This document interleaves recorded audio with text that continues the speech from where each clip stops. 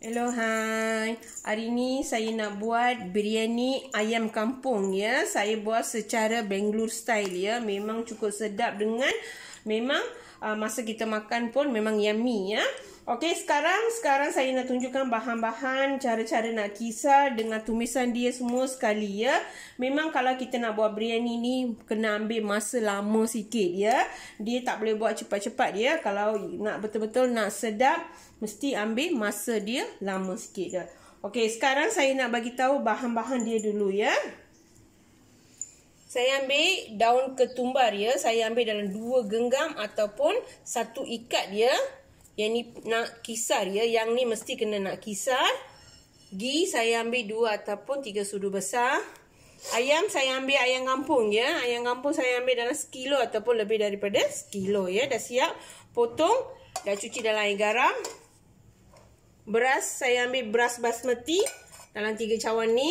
Air pun sama, kita ambil ukuran dalam 3 cawan juga ya. Yang ni rendam selama setengah jam. Daun pudina saya ambil 2 genggam. Kena kisar juga ya. Kena kisar dengan halus tanpa air. Yang ni bawang saya ambil 8 biji bawang. Dah siap. Hiris dengan nipis ya. Serbuk biryani saya buat sendiri ya. Kalau siapa nak serbuk biryani boleh beli kat luar. Jenama mana pun tak kisah ya. Tapi saya buat biryani saya mesti buat sendiri ya.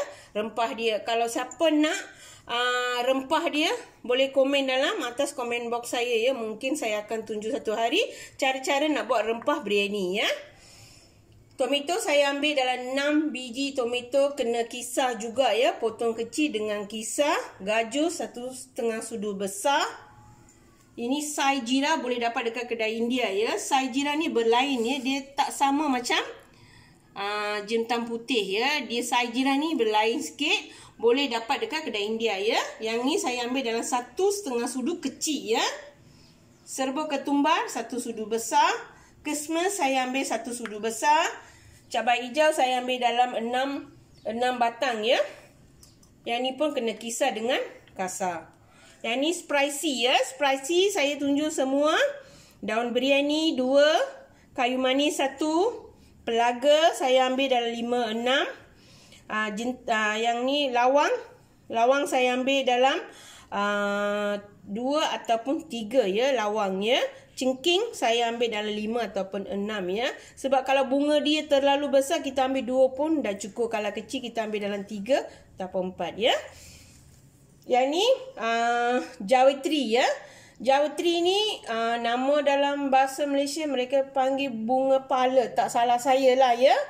Bunga pala saya ambil dalam 1 biji sahaja ya. Kalau saya beli kat kedai pun memang saya dapat macam ni ya. Sebab tu saya ambil macam ni dalam 1 biji saja ya. Agak-agak je lah ya.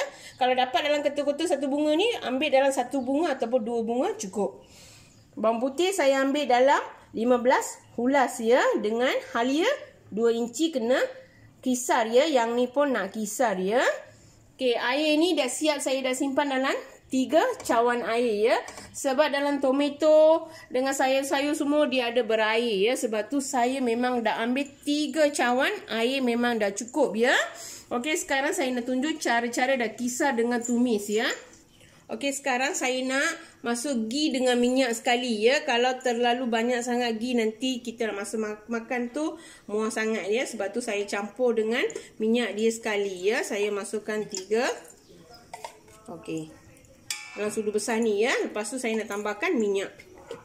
Okey, minyak ni kita tuang agak-agak saja ya. Okey. Sekarang biar dia nak betul-betul nak panas ya. Okey, sekarang saya nak masukkan sai jira ya. Sai jira tu penting ya dalam ni. Dengan semua spicy saya masuk sekali. Okey, bagi dia panas. Dulu bagi dia masak ya, jangan terlalu masak sangat. Okey, sekarang saya nak masukkan bawang.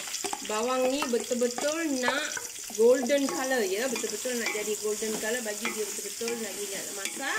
Kita bagi dia masak dulu ya. Lepas ni kita nak kisar semua bahan yang tadi saya tunjuk ya. Okey, sekarang saya nak kisar bawang putih dengan halia. Dengan kasar tanpa air ya. Paling penting.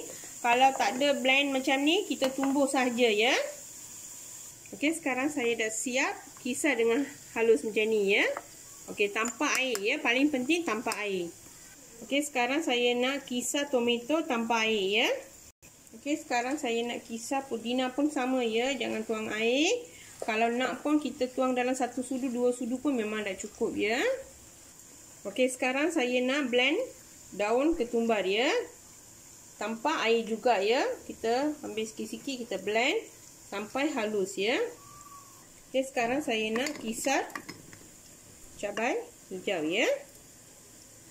Okey, cabai hijau kita kena kisar dengan kasar ya. Dia tak boleh kisar dengan halus ya. Okey, sekarang dah siap kisar.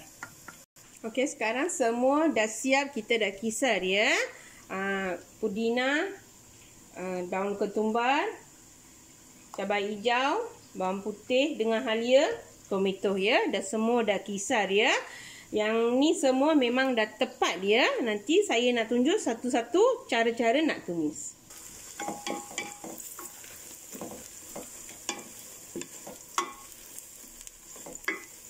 Okey, sekarang saya nak masukkan gajus. Okey, lepas dah masuk gajus,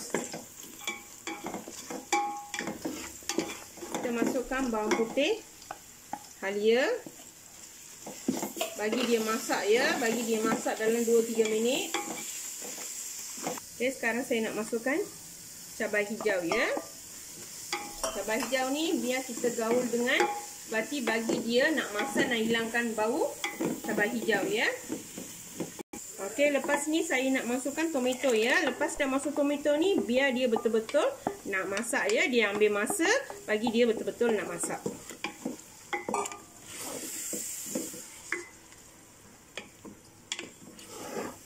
Okey, saya gunakan garam bukit ya, secukup rasa.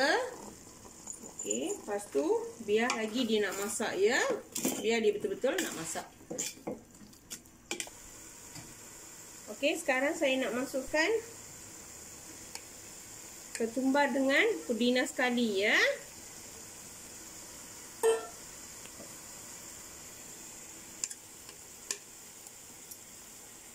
Lepas tu tadi dah lupa nak bagi tahu ya, saya nak masuk yogurt ya. Yogurt tu memang penting ya. Dalam ni saya ambil 3 sudu besar yogurt. Penting ya. Okey, 3 sudu besar cukup ya. Okey, sekarang bagi dia betul-betul nak masak dalam 5 ataupun 6 minit ya.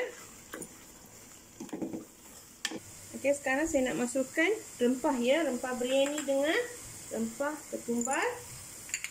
Lepas dah masuk rempah ni, kita gaulkan sebati. Lepas dah gaul sebati, terus kita masukkan ayam ya. Okey, sekarang saya nak masukkan ayam ya. Gaulkan sebati. Lepas dah gaul sebati, bagi dia masak dulu ya. Lepas dah 5 minit baru saya nak tuangkan air ya. Okey, sekarang saya nak masukkan air 3 cawan ya. Beras saya masuk 3 cawan, air pun kena masuk 3 cawan. Lepas ni bagi dia betul-betul nak mendidih ya. Lepas dah betul-betul dah mendidih, baru saya nak masukkan beras. Okey, sekarang dah betul-betul dah mendidih, kita masukkan beras ya.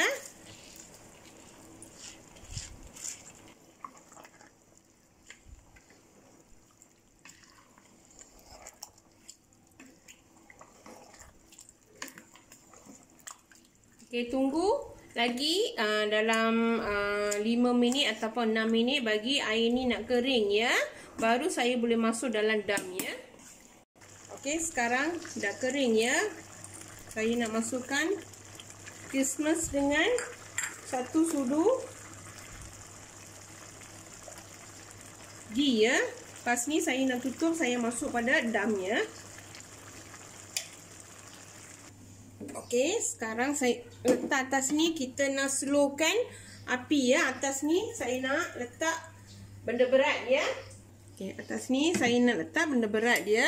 Okey, tunggu selama 20 minit dia. Lepas 20 minit saya tunjuk cara dia masak tu. Okey, sekarang dah cukup 20 minit dia. Sekarang saya nak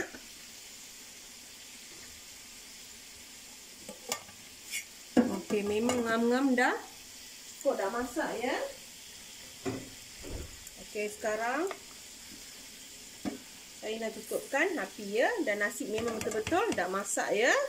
Cara saya buat ni memang air pun memang cukup ya. Okey.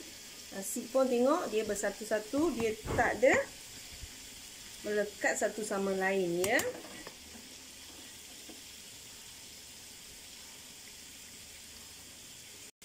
Okey, sekarang dah siap ya. Biryani kita memang cukup sedap dengan mudah ya. Cara-cara saya buat ni memang cukup sedap ya.